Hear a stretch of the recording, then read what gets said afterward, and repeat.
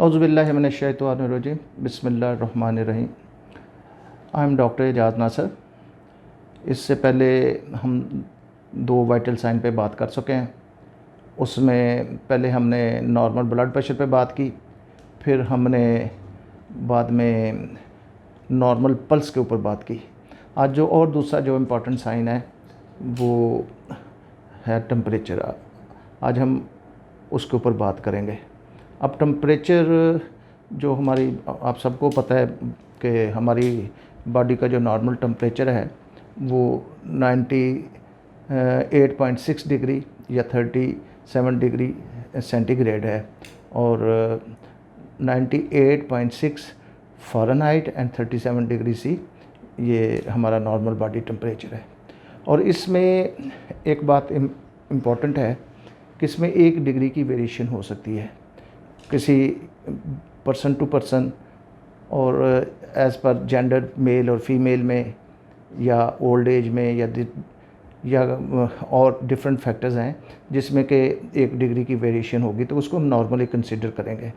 उसमें थोड़ा सा तफसील में मैं आगे भी बता दूंगा, लेकिन फ़िलहाल आप ये देखें कि नॉर्मल से अगर 1 डिग्री की वेरिएशन हो तो उसको आपने नॉर्मल ही कंसीडर करना है।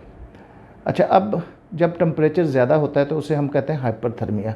हाइपर मीन्स ज़्यादा, और जब लो होता है तो फिर उसको कहते हैं हाइपोथर्मिया। अब एक बात आप अपने जहन में रख लें कि कौन सी ऐसी वेरिएशंस हैं जो कि इसको हमारे नॉर्मल टेम्परेचर को उस पर अफेक्ट कर सकती हैं। जैसे मैंने अभी अर्ज़ किया, सबसे पहले एज है। ख़ास तौर पे 64 इयर्स या उससे अबव जो है वो इम्पॉर्टेंट फैक्टर है इसमें। फिर जो बच्चे होते हैं, बच्चों के बाद इसमें इम्पॉर्टेंट है कि वेदर कैसा है, वेदर भी इस पर अफेक्ट करता है। फिर कोई आप एक्टिविटी तो नहीं कर रहे, या डिफरेंट डिजीज़। अब आम तौर पे 64 या अबव, बल्कि 60 से अबव भी जो बंदे की capacity to conserve the heat वो कम हो जाती है, इसलिए उनका temperature comparatively on lower side पे चला जाता है। और इसी तरह जब सर्दियां होंगी तो टेम्परेचर कंपैरेटिवली लो होगा, जब गर्मियां होंगी तो टेम्परेचर कंपैरेटिवली ज़्यादा होगा। अब अगर जब आप कोई एक्टिविटी करेंगे तो इट्स नेचुरल कि उसमें आपका टेम्परेचर बढ़ जाएगा, ठीक है।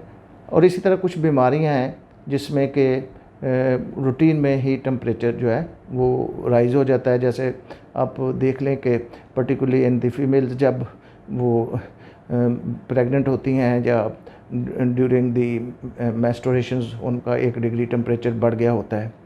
तो वो डिफरेंट जो है वो चीज़ें हम आगे फिर उसको हल्का सा उसमें आगे मेंशन करेंगे।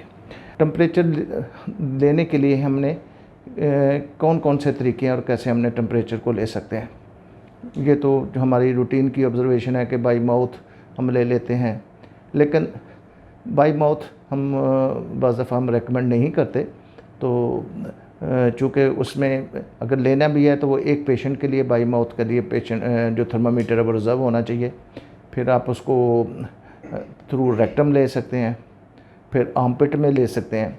लेकिन एक बात ज़हन में रखें कि जब आप आर्मपिट में लेंगे तो फिर आपने उसमें 1 डिग्री का इजाफ़ा करना है, और अगर पर रेक्टम लेंगे तो उसमें से 1 डिग्री को माइनस करना है। फिर आप टिम्पैनिक में ले सकते हैं, फोरहेड में ले सकते हैं। तो 1 से लेकर 3 साल तक हमारी प्रेफरेंस होती है कि पर रेक्टम उसको लिया जाए। और बाकी उसके बाद ओल्ड एज में भी, जबकि वो प्रोन टू ऐसा होता है कि उसके बुज़ुर्ग ख़ास तौर पे उसको चबा सकते हैं थर्मामीटर, तो उसमें या तो आर्मपिट में ले लें या फिर फोरहेड पे लें, पर रेक्टम भी लें तो वो आइडियल है। और जब आप पर रेक्टम लेंगे तो उसमें से 1 डिग्री का आप माइनस करेंगे। इसमें मैं एंड पे एक चार्ट दिखा दूंगा, उसको आप देख के उसकी रीडिंग्स नोट कर लीजिएगा। अच्छा, एक और जो फैक्टर इसमें इंपॉर्टेंट है वो ये है कि हमने ये देखना है कि आपने डॉक्टर को कब कंसल्ट करना है। सबसे पहले तो बच्चों को लें, चूँकि बच्चे बड़े सेंसिटिव होते हैं। तो जब बच्चे 1 महीने से लेकर 3 साल तक के जो बच्चे, जब उनमें जो उनकी टेम्परेचर की वेरिएशन है वो 2 डिग्री हो जाए, यानी कि आप यूँ समझ लें कि जब उनका टेम्परेचर एहतियाती तौर पे 102 हो जाए तो आप लाजमी तौर पे डॉक्टर को रुजू करें। और जो चिल्ड्रन हैं उनका 103 तक कर लें। और जो बुज़ुर्ग हैं या बड़े लोग हैं जब उसमें 104 तक टेम्परेचर हो तो आपको डॉक्टर को ज़रूर देखना चाहिए। अब ये तो बात हमने की थी इसके बारे में कि हाइपरथर्मिया के बारे में कि जब टेम्परेचर होता है। अच्छा, अब जो इसी तरह जिस तरह के ज़्यादा टेम्परेचर ख़तरनाक है, उसी तरह हाइपोथर्मिया यानी कि लो टेम्परेचर जो है वो भी ख़तरनाक होता है। अब लो टेम्परेचर जो है उसमें जिस तरह मैंने पहले अर्ज़ किया था, बच्चे ज़्यादा अफेक्ट होते हैं, फिर उसके बाद ओल्ड एज पर्सन है जिनकी उम्र 60 साल से या ख़ास तौर पे 64 साल से ज़्यादा है, वो ज़्यादा अफेक्ट होंगे। अब उनको आप किस तरह पहचानेंगे कि ये इनका जो ना ब्लड टेम्परेचर लो हो गया है? उसमें स्लरिंग होगी, डिज़ीनेस होगी, गनूदगी होगी, और उसके बाद वो जब आप उन्हें टच करेंगे तो वो ठंडे फील होंगे, उनको ठंडे पसीने जैसे कहते हैं वो आ रहे होंगे, शैलो ब्रीदिंग होगी, यूरिन उनका आउटपुट कम हो जाएगा। तो बाकी डिहाइड्रेशन के साइंस उसमें होंगे। अब डिहाइड्रेशन के साइन में चंद एक चीज़ें बड़ी इंपॉर्टेंट है, उसमें ड्राई लिप्स हैं, उसके बाद ड्राई माउथ है, फिर खुदा ना खास्ता बच्चों में एक साइन बड़ा इंपॉर्टेंट है कि अगर बच्चे रोएं और उनमें आंसू ना आएँ तो ये बड़ा इंपॉर्टेंट साइन है जो कि अलार्मिंग है। उस सूरत में आप अपने डॉक्टर को कंसल्ट करना है। तो अब आपने ये जहन में रखना है कि टेम्परेचर जो है उसमें अगर खुदा ना खास्ता घर में 104 से ज़्यादा चला जाता है तो उसकी कोल्ड स्पॉन्जिंग करें, यानी कि ठंडी पट्टियाँ पानी में भीग के। और आम तौर पे जो हमने ये देखा है कि वो परेशान होते हैं जी, पता नहीं पट्टियाँ करेंगे तो क्या हो जाएगा, उसके माथे पे रखें, पेट पे रखें, टांगों पे रखें और उसको करते रहें और टेम्परेचर को नीचे लाने की कोशिश करें। घबराने की ज़रूरत नहीं। हाँ, अगर ज़्यादा वेरिएशन हो तो आप अपने डॉक्टर से रब्ता कायम करें।